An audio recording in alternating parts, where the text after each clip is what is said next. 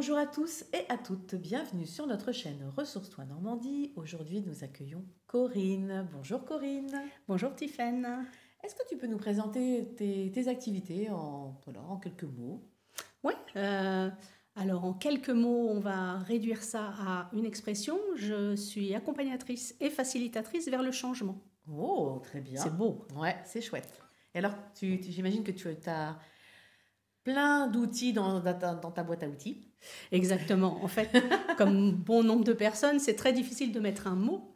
Donc en effet, pour moi, accompagner, c'est le principe. C'est, voilà, je fais ça depuis toujours en fait.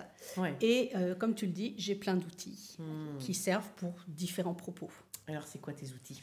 Alors, moi, je me suis formée il y a très longtemps à l'énergétique. Donc, j'ai commencé mon chemin avec la pratique du Reiki. D'accord. Pour moi. Ok. Et rien que pour moi, pour me faire du bien. Voilà. Et ça m'a ouvert un certain nombre de portes. Et puis ensuite, je me suis formée à d'autres pratiques énergétiques, à l'hypnose, donc l'hypnose ericksonienne. D'accord.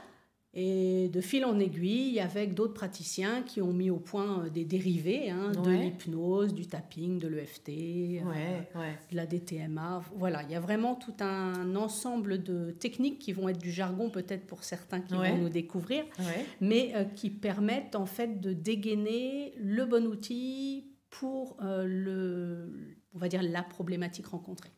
Donc, toi, tu accueilles en individuel et collectif, tu fais les Tout deux, à fait. Ouais. On va dire, si tu veux, pour percevoir, j'ai 3 grandes sphères en fait dans mon fonctionnement. J'en ai une qui est à destination des entreprises.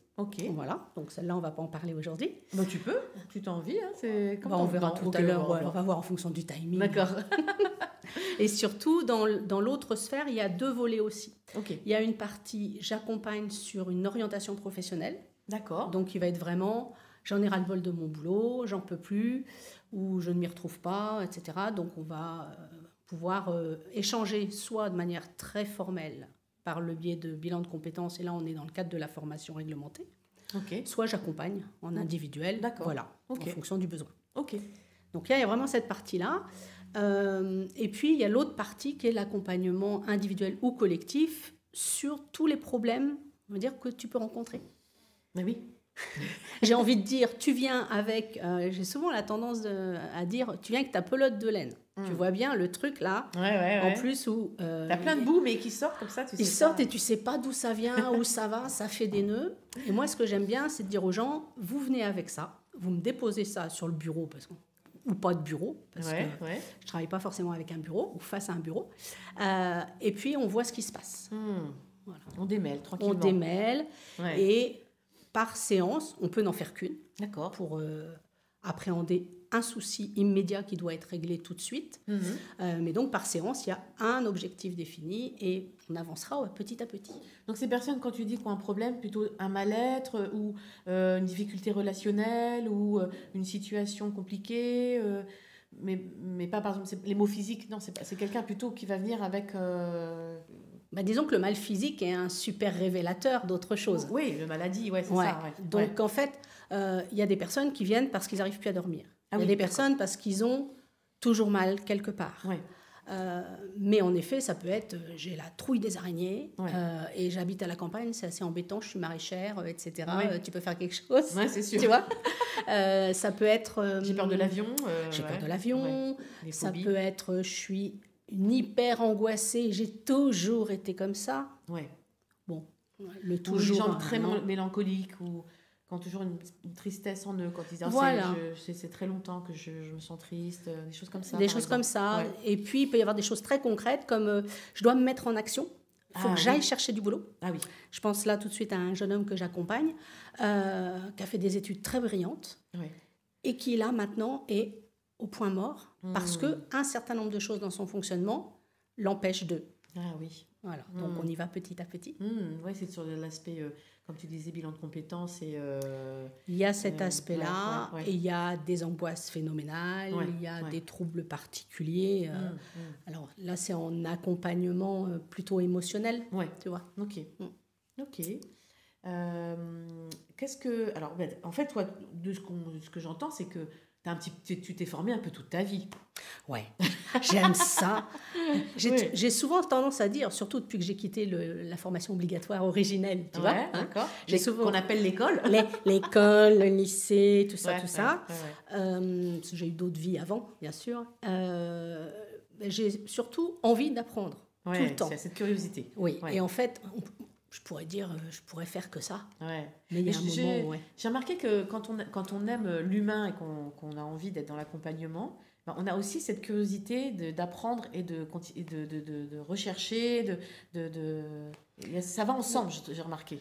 Mais oui, parce que si tu aimes les gens, si tu aimes faire en sorte qu'ils aillent mieux, en tout cas, ou qu'ils puissent eux-mêmes se saisir d'outils pour aller bien, parce que moi, je peux être un petit peu magicienne, mais j'envoie juste ce qu'il faut au bon endroit. Et c'est la personne qui prend les clés et qui exactement, c'est la personne en face qui s'en saisit. Voilà.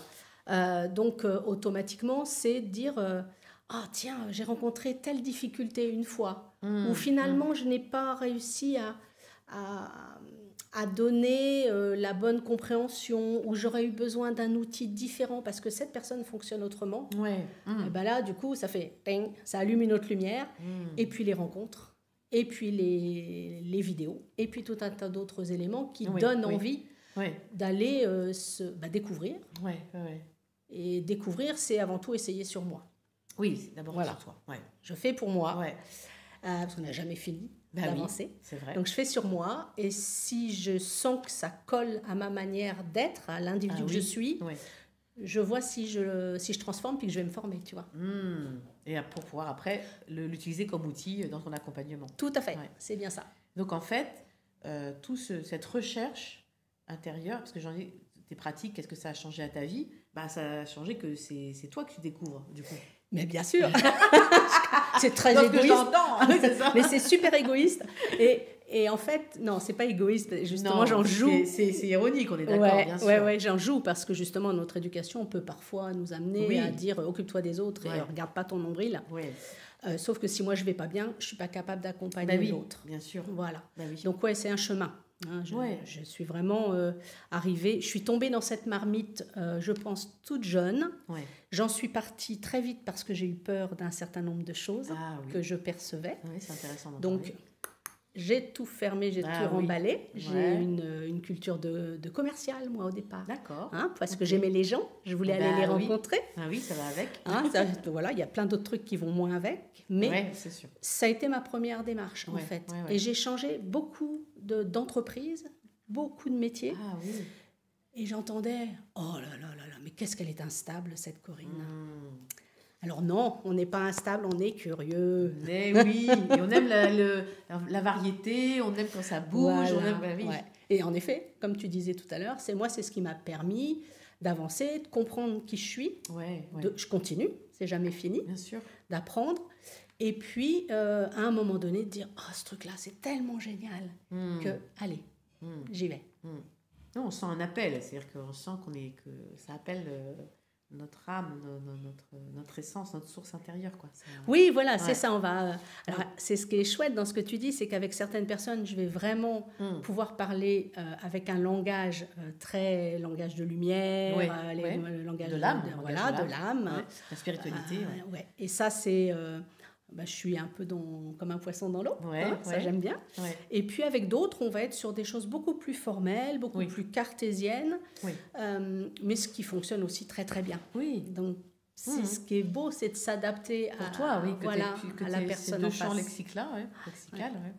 Et puis de te dire, comme je pense un peu comme tous les praticiens, c'est on a les clients qu'on mérite.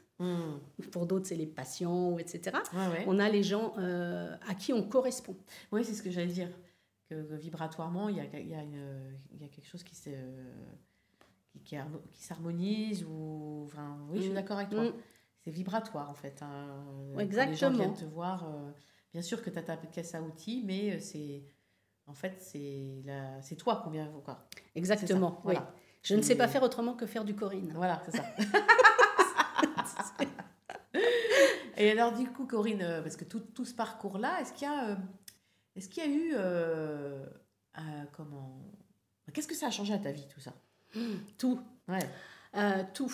J'ai j'ai déjà été à mon compte dans d'autres activités il y a quelques années, où j'ai vécu des choses extraordinaires qui m'ont amenée justement vers moi, tu vois, par les rencontres.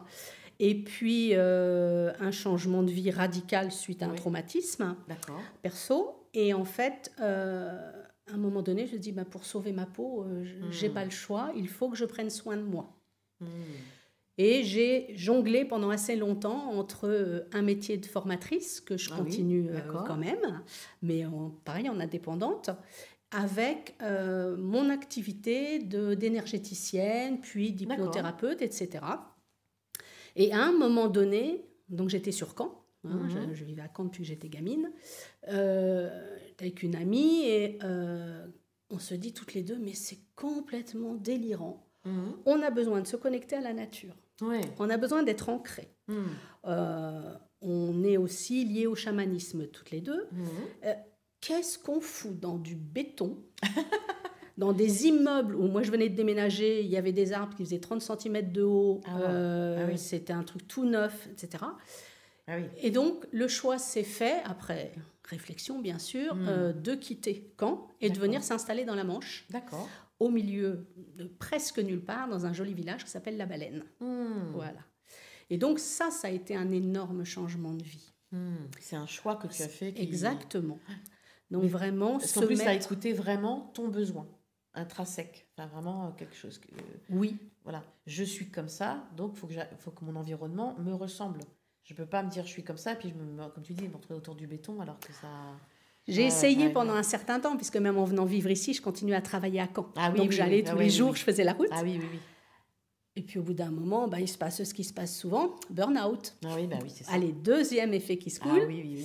Et là, vraiment... Tu me dis, qu'est-ce qui a fait que je pense que, on va dire avec mes mots, c'est l'univers qui m'a renvoyé une deuxième grande claque, puis qui m'a dit, quand est-ce que tu vas arrêter tes âneries et que tu vas te poser et prendre soin de toi. Et c'est vraiment parti de là. Et ce lieu-là, qui est un accueil, t'accueilles du collectif, je crois, sur ce lieu. Oui, tout à fait.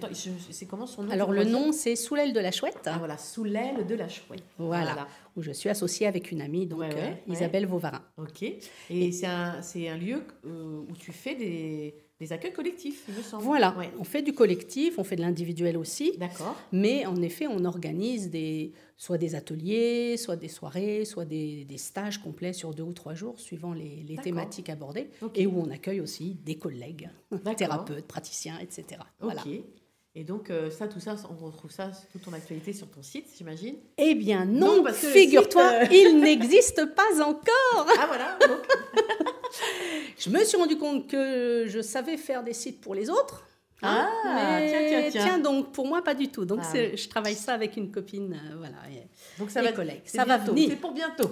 Donc pour avoir toutes les infos, l'idéal aujourd'hui, il y a du Facebook et Instagram, voilà. Et puis sinon, évidemment, on m'envoie son adresse mail et j'envoie les infos au fur et à mesure. Tout à fait. Mais ça vient, le site va voir le jour. Et alors, comme on a entendu que tu avais un parcours assez riche, est-ce que dans ce parcours, il y aurait quand même un livre ou une rencontre ou un film qui t'a particulièrement marqué, que tu aurais envie de partager avec nous aujourd'hui? Alors, je repensais à ça, justement. Alors, des livres, il y en a tellement que... c'est très difficile pour moi d'en donner un seul. Voilà. Par contre, j'ai repensé à des films qui m'ont... Alors, en même temps, il y en a... C'est des bouquins à la base. Et après, les films sont arrivés. Des adaptations. Voilà, des adaptations, merci. Et qui sont de la même époque. D'ailleurs, c'est très drôle. Quand j'ai recherché ça, je me suis dit, tiens, c'est marrant. C'est la même époque de vie. Et c'est assez représentatif de ce que moi, je vivais. Donc, il y a le fameux Mange, Prie, Aime. Ah oui, avec Julia Roberts. Voilà, avec Julia Roberts. Le bouquin est super. Et voilà. Et le film, je trouve qu'il est assez bien... fidèle au livre. Tout à fait. On retrouve bien les étapes, tout ça. Exactement. La transformation, comment d'un moment où finalement tout va bien, tout me réussit dans la vie, et il me manque quelque chose. Et ce quelque chose va faire tout écrouler. Exactement. Pour renaître. Après. Donc vraiment ce film-là, et dans un autre domaine, mais qui en même temps touche à la même substance, c'est Into the Wild. Ah oui. Parce que c'est tellement énorme, c'est tellement intense, et on peut y voir aussi beaucoup de métaphores dans ce qu'il vit. Oui, tout à fait, exactement. Que il y a plein de degrés de lecture dans ce Voilà, livre. c'est vraiment de se dire... et c'est aussi un livre. Ouais. Oui, bah voilà, les deux sont... tout à fait. Donc, j'avais envie de partager ces deux-là parce que, après, évidemment, il y a de nombreux bouquins passionnants. Mais chaque praticien donne la sienne, donc c'est bien. Oui, on commence à avoir une belle bibliothèque. Tout à fait. Et puis des vidéos. Des vidéos. Ouais, c'est ça. Ouais, parce que c'est des techs, c'est trop vieux. Voilà, puis même maintenant, les DVD, ça va disparaître. Là, on est dans la VOD. Là. Ouais, c'est clair. Je ne suis plus là. Je ne suis plus. On est dépassé. Oh, complètement. Est-ce que tu aurais un message à transmettre à l'humanité, à ceux qui nous écoutent à cet instant? Waouh, vaste programme. Moi, j'ai envie de dire à qui que ce soit de s'arrêter, de prendre un temps vraiment d'arrêt, de pause. J'aime bien, de par un certain nombre d'enseignements avec des autochtones du Canada, là que je suis depuis plusieurs années, de parler de la tortue. La tortue est un animal incroyable parce que tu te sens en danger, tu te sens fatigué, tu n'es pas adapté à ce qui t'entoure, tu rentres dans ta maison.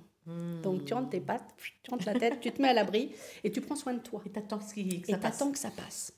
On est dans une société où on court. C'est vrai. Donc, et on crée beaucoup d'agitation. Ouais. Hein, on met beaucoup d'agitation à l'intérieur de soi et autour de soi aussi, je trouve. Exactement. Ouais. Donc, un peu, quand on dit vivre au rythme de la tortue, ça ne veut pas dire s'arrêter de vivre. Ouais. Ça ne veut pas dire de tout laisser. Mais par contre, c'est accepter de se poser de temps en temps pour s'écouter. Ouais. Hein, on dit souvent, arrête de t'écouter. Eh ben non, écoutez-vous. Et si vous ne savez pas le faire, si vous ne savez pas vous écouter, il y a des praticiens qui vous apprennent. Oui, en fait. Parce que des fois, on ne sait pas s'écouter. Tout à fait. Pour plein de raisons. Mais ça s'apprend. Oui, ça s'apprend. Ça s'apprend. Bien sûr. Ouais. Et donc, c'est ça. C'est prendre le temps, finalement, de découvrir comment on fonctionne, même si c'est 5 minutes de cohérence cardiaque par jour. C'est magnifique. Mais oui. On commence petit et puis peut-être qu'on restera à cette taille-là parce que c'est ce qui nous correspond. Mais oui. Ou 3 minutes de méditation. Voilà, 1 minute. Peu importe. Voilà. Je m'assois, je ferme les yeux, je respire, hop, j'y retourne. Voilà, c'est ça. Tu vois ? Ouais, c'est des choses toutes simples comme ça. Donc voilà, j'aurais vraiment envie de transmettre ça. Merci Corinne. Avec grand plaisir. Merci de votre écoute. N'hésitez pas à liker, partager et abonnez-vous. À bientôt sur notre chaîne. Bye bye. Bye.